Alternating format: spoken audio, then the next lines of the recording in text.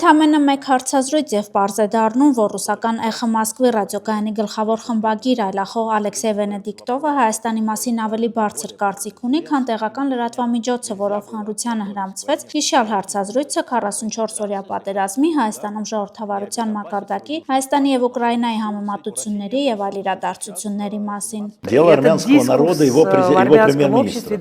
Еще раз, дело армянского общества и его премьер-министра. У вас есть выбор, у вас есть оппозиция, у вас есть борьба между правительством и оппозицией. Вот, и как это можно иностранному журналисту говорить про это. Ողջ հարցազրույցի ընթացքում Վենեդիկտովը հնարավորինս հերքում էր այն բոլոր ռուսական նարատիվները, որոնք տարիներ շարունակ հայաստանյան ԶԼՄ-ների միջոցով մատուցվել են մեր քաղաքացիներին։ Թեպետ ընդդիմադիր քաղաքական գործիչներն արդեն 5 տարի է Ռուսաստանին գցնելու գործում ջանք ու եռանդ չեն խնայում, իսկ պատերազմի ընթացքում Ռուսաստանի պրոադրբեջանական պահվածքը փորձում են արդարացնել նրանով, թե այդ Հայաստանն էր դավաճանել Ռուսաստանին, բանախոսը հստակ բացատրում է, թե ինչպես Ղարաբաղը դարձնելով մանրադրամ, Ռուսաստանի Դաշնության նախագահ Վլադիմիր Պուտինը լուծեց իր խնդիրներն Ադրբեջանի հետ։ Еще раз, мы не армяноцентричный, не карабахоцентричный, не китаецентричный,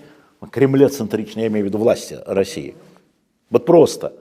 Если надо будет пожертвовать какими-то отношениями, пожертвуют. Անվտանգային քաղաքականության հետազոտական կենտրոնի փորձագետ Ռոբերտ Ղևոնդյանին մտահոգում է նաև լրագրողի հնչեցրած հարցադրումները։ Ну не надо сравнивать с Россией. Почему не надо? Я хочу. Похожа ли сегодня ситуация в Армении на ситуацию в Чили, когда к власти пришел Пиночет? Есть ли будущее у Армении? Facebook-յան իր գրառման մեջ Ղևոնդյանը հարց է բարձրացնում, թե արդյոք նման որակի լրագրողի հանդիպելուց հետո Հայաստանի բոլոր լրագրողների վերաբերյալ միջազգային մակարդակում սխալ պատկերացում ձևավորելու վտանգ չկա։ Խոսքի ազատության պաշտպանության կոմիտեի նախագահ Աշոտ Մելիքյանը դիտել է հիշյալ հարցազրույցն ու շատ վատ տպավորություն ստացել։ Մելիքյանը նշում է տարբեր քաշային կատեգորիայի լրագրողները եւ բնական է, որ հարցազրույց վարողը չէր կարող եւ ինտելեկտով եւ վարպետությամբ համեմատվել Վենեդիկտովի հետ, սակայն խնդիրն այլ հարթության մեջ պետք է դիտարկել։ Ակնհայտորեն, երբ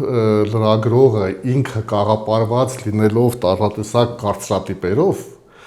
եւ երբ ինքը նպատակ է դնում կորզել զրուցակցից այն ինչ համապատասխանում է իր պատկերացումներին, իր աշխարհական հայացքներին, իր քաղաքական հայացքներին եւ այլն, ես կարծում եմ, որ այստեղ ակնհայտ էր, որ լրագրողը անկողմնակալ չէր, իրեն պետք էր կորզել ուրեմն հակա-նիկոլական, այսպես ասած, հակա-կառավարական գրահատականներ, որից Վենեդիկտովը շատ հմտորեն խուսափում էր։ Մելիքյանի խոսքերով հարցադրումները կողմնակալ էին եւ նույնիսկ ոչ հստակ ձևակերպված։ Իզուր չէ, որ Վենեդիկտովը մի քանի անգամ ուղղակի շատ այսպես ամոթալի նկատողություն արեց, օրինակ ասեց, որ դուք տպավորություն է, որ դուք խոսում եք ինքներդ ձեր հետ կամ հայլու հետ կամ երկար այսպես հարցից հետո Վենեդիկտովը ասում է չհասկացա ձեր հարցը, բայց պատասխանեմ ինչ-որ մի կերպ եւ սա իհարկե պետք է ազդակ լիներ, որ մնացած մասը հարցազրույցի շատ ավելի այսպես հստակ եւ պրոֆեսիոնալ լիներ։ Այդ ամեն ինչը չկար, բայց ամենահետաքրքիրն այն էր, որ հենց ամենասկզբից, երբ հարցազրույց վարողը փորձում է Վենեդիկտովից ստանալ պատասխան, որ չէ, այսպիսի ժողովրդավարություն չի կարող լինել եւ այլն, Վենեդիկտովը ասաց, որ այո, եթե համեմատենք Ռուսաստանի հետ, ապա այստեղ շատ ավելի բարձր մակարդակի ժողովրդավարություն է, ինչը որ չկա Ռուսաստանում, եւ վարողը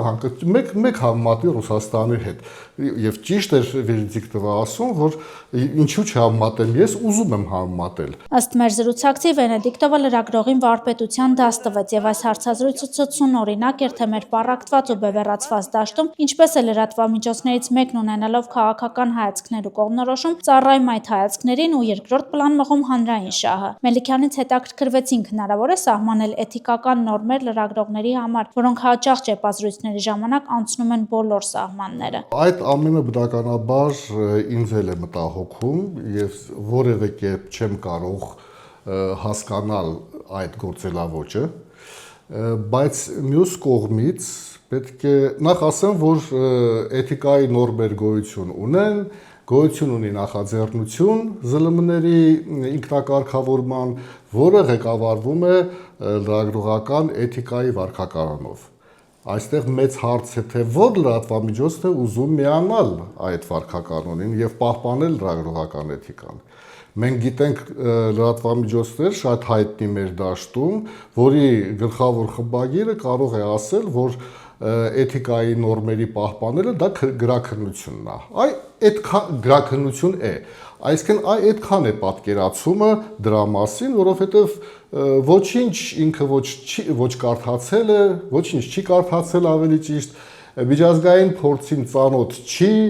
եւ իր համար խոսքի ազատությունը ամենաթողությունն է եւ բնականաբար ինքը ուղարկում է լրագրողին կոնկրետ հանձնարարություն տալով, որ դու ամեն ինչ արա, մենակ թե ոչնչացրու այս քաղաքական գործչին։ Մեր զրուցակիցը նշում է, ստեղծվել է մի իրավիճակ, երբ ընդդիմադիր լրագրողները շատ դժվար են աշխատում իշխանության ներկայացուցիչների, իսկ պրոիշխանական լրագրողները ընդդիմության ներկայացուցիչների հետ։ Այդ հակամարտության այսպես երևացող հարթակը հենց խորհրդարանն է։ Այդ ամենը կա, բայց երբ արդեն մենք տեսնում ենք, որ լրագրողը ոչ միայն չի պահպանում լրագրողական էթիկայի նորմերը, այլ տարական մարդկային դաստիարակության սահմաններն է անցնում, այստեղ արդեն լուրջ հարց է առաջանում, թե արդյոք կարելի է իրեն ընկալել որպես լրագրողի կամ կարելի է արդյոք իրեն նույնականացնել նույն քաղաքական ուժի հետ, որի հետ ինքը ասոցիացվում է։ Ամենայն հավանականությամբ այս երկրորդը շատ ավելի մոտ է իրականությանը։ Մելիքյանը երկու ուղի է տեսնում, կամ ինքնակամ կհասկանան, որ սա լրագրություն չէ, կինքնակարգավորվեն, կամ մի ծանր գործընթացի արդյունքում հասարակությունը կդառնա այնքան մեդիագրագետ, որ կմարգինալացնի այս որակի լրագրությունը։